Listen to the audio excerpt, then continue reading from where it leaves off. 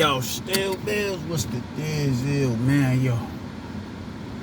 Every time I come on here and make a video, I'm either going to work or I'm making a food run. So in this situation, I'm fresh off the clock and I'm making a food run before I go home, man. But peep game, man, I know I said in my last video I was gonna wait till tomorrow to do my personal prediction on how this fight is gonna go for Saturday between Charlo and Castaño, but I lied, man. We gonna bang that shit out today, man. Man, oh man. Great fight, man. I think the last fight was a really tough and competitive bout. I do think Castaño was robbed in that fight. I thought he did enough to win the fight, especially early on in the fight. I thought he did more than enough to secure the victory, but you know, home cooking, I guess, man. And Charlo did, you know, he was able to close the gap a little bit more and make it an argument that, oh yeah, he won the fight. I don't understand how, but you know, niggas can get away with that shit, man. They can make it close and competitive in spurts, and then all of a sudden, oh man, no, he won. He actually won. Yeah, so nonetheless, man,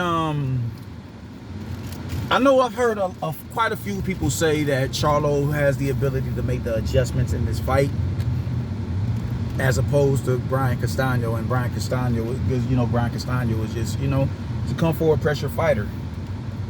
He's not going to give you no other dimensions than that because that's who he is, because he's, you know, he's a lot shorter to be in that division. And even with him being, you know, Canelo was shorter for the division that he's in, but he's a lot more brolic. Brian Castaño isn't brolic. He's actually a pretty wiry dude to be at 154 pounds, man, because there's some big dudes up there, man. So he can't afford to, you know what I'm saying, fight off of the back foot. Nah, that's not his game. So he's going to come forward. But the thing is with Jermell Charlo, he can't do it either. Jermell Charlo isn't a dude. When I look at Jermell Charlo and I watch him use his lateral movement and everything, like he did it in Jason Rosario fight, and it was just simply to get out of the kitchen, you know, take a step back from the action, move around the ring a little bit, then go right back into it. He didn't use his lateral movement to keep him off balance and, you know, offset his forward aggression. He didn't walk him into traps. He didn't pump the jab back, you know, moving backwards or nothing like that. He didn't work off of the rope. He didn't do any of that. He just simply took a step back, moved around the ring a little bit, and then went right back in the kitchen and started cooking. And that's not a shot at him. I'm not clapping at him or nothing like that. But I think people kind of, you know, they have this mentality with Jermell Charlo that he can do he can fight a multitude of different ways, and I just don't see it like that. So in this particular fight, I don't really see any one of them making adjustments to the point where it's going to be that much of a difference in this fight, man. Because in the last fight,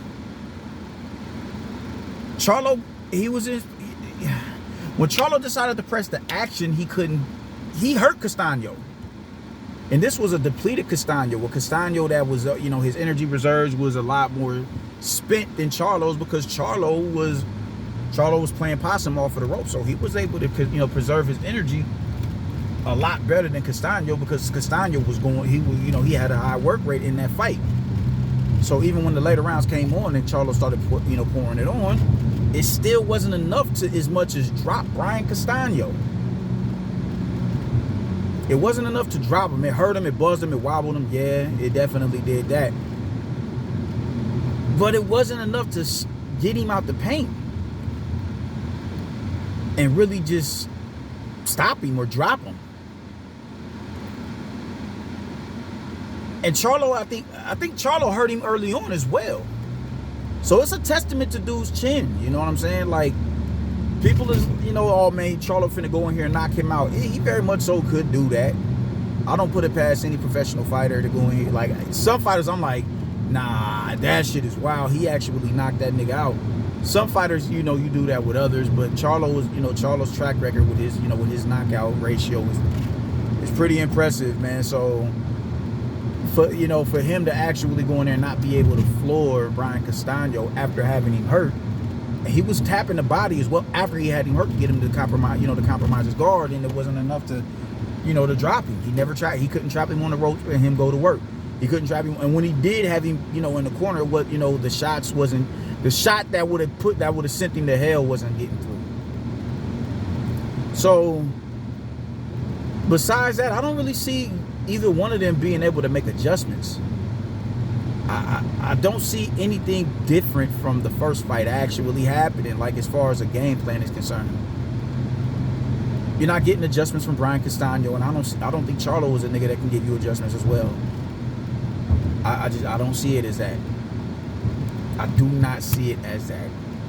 But people are like, oh man, if Charlo would have pressed the action from early on, he would have stopped him and yada yada yada. That very much so could be true, but once again, Brian Castaño is a pressure fighter. He's a come forward fighter. He's not going to give you a whole bunch of different looks and mix it up and fight inside, outside. He's not going to be able to do that. That's not his game, because that wouldn't be successful in the division that he's fighting in. It wouldn't be successful at all. So he has no other choice but to come forward. And what pressure fighters and come forward fighters want, they want you to meet. They want to meet you in the middle of the ring. They don't want to have to go and track you down and find you. They don't want to have to do that. Cool, accommodate me.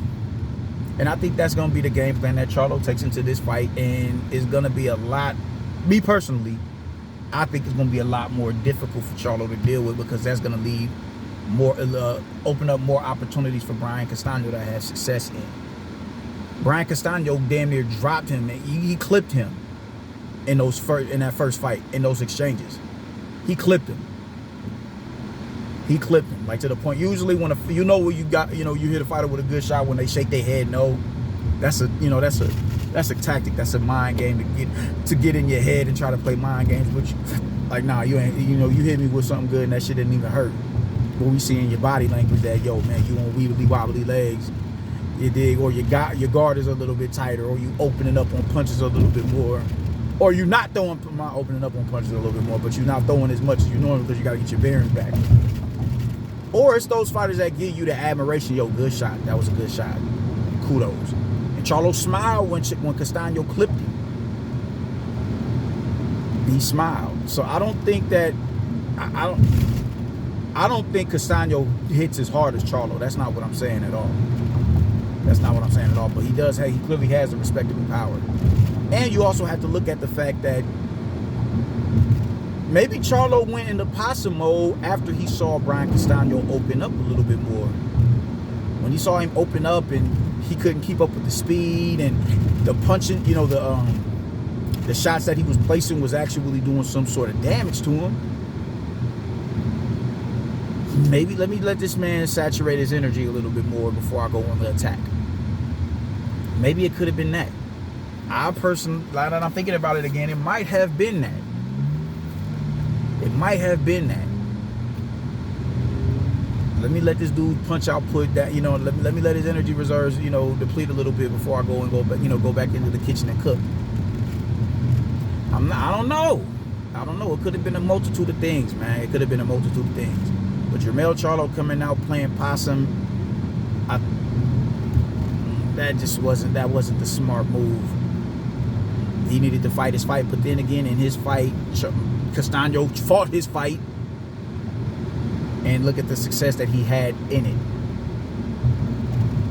So I'm not too sure, man. I'm not too sure. Me personally, I'm going with Jermell Charlo in this fight because of the history that he has when it comes to rematches, man. When he did to Tony Harrison, they was about to completely fuck Tony Harrison out of a victory, out of a second victory. Like, they was not about to let Tony Harrison win that fight. If Charlo went in there, if Charlo didn't get that knockout, they was about to bullshit Tony Harrison. They was about to bullshit Tony Harrison. They was about to bullshit that man out of a victory, but he didn't let it go to the scorecards. He didn't let it go to the scorecards. So you have to, give someone that, sing somebody's praises who's able to do that. He went in there and he got rid of Tony Harrison, dropped him three times actually. Once early on, I think in the first or second round, and he didn't really start gaining momentum until the late rounds. He didn't start gaining momentum, and Tony Harrison was putting on a boxing clinic, and he was still able to find that sweet spot. He was still able to find that perfect punch to completely take Tony Harrison's legs away from him and get him out of there. So I see that happening in this fight. I won't say a knockout, But I do see, you know, Charlo possibly getting a couple of knockdowns in this fight. You know, just we got given the history, and Brian Castaño's shoulder or whatever is, I'm hearing it's not 100%. So that's gonna play a factor in this fight as well. His bicep, I mean, it's not 100%. He has an alien injury, and they told him if he didn't fight, he would have to vacate the belt. Like, that shit ain't cool, bro. You work your entire life to get to a position to be a champion, just for you to get fucked because you got an injury that you're like, come on, man. This is what we doing. You couldn't wait for this fight. And I think Charlo has a bit more of a chip on his shoulders because he feels that he was trying to get out of the fight. Brian Castaño was faking an injury. I don't know what it is. This nigga be thinking that everybody be faking injuries, bro. Like, nah. You can't go in there. You can't go in there, you know, at 75 and 80% trying to fight Jermell Charlo. You can't do it. You can't do it. He's too dangerous of a fighter. You need all your, you need to be at full health, or as close to full health as you could possibly be, to go in there and tangle with that dude, because he hits hard enough. God damn it, he stopped Jason Rosario with a jab to the body. That dude has bricks in them gloves, bro. You can't go in there and just fight that nigga at 75 and 80%. No, you need to be as close to healthy as you can, as close to 100, if not 100, as you can possibly be. Because dealing with him and dealing with that power and having to absorb that power and worry about getting out of the way of that power and punishing him when you do get out of the way of the power with counter shots, that's stressful enough. That's stressful enough. So you can't be mad at a motherfucker if they not 100% healthy. So he be talking, oh man, you faking injuries. Like, come on, man, ain't no one faking no injuries. They gotta be healthy to be able to deal with you. So that's how I'm feeling about this fight, man. I think Brian Castaño's injury, that may play a role, but in the case that it doesn't, I'm not. I think this is a 50-50 fight. I'm not taking my eye off Brian Castaño. I can't, if that bicep injury proves to be nothing than just, you know, whatever, I can get through it, I'm not taking my eye off Brian Castaño. And we talk, you know, we sing Charlo's praises a lot for coming back and righting those wrongs that he did with Tony Harrison. This is Brian Castaño's second draw, because a lot of people feel he won that fight with Lara, and a lot of people feel he won that fight with Charlo. And he's possibly at a point where he's like, man, I'm tired of this draw shit, bro. Like, no, I need more wins in my win column against these high caliber fighters. I need that. I need that.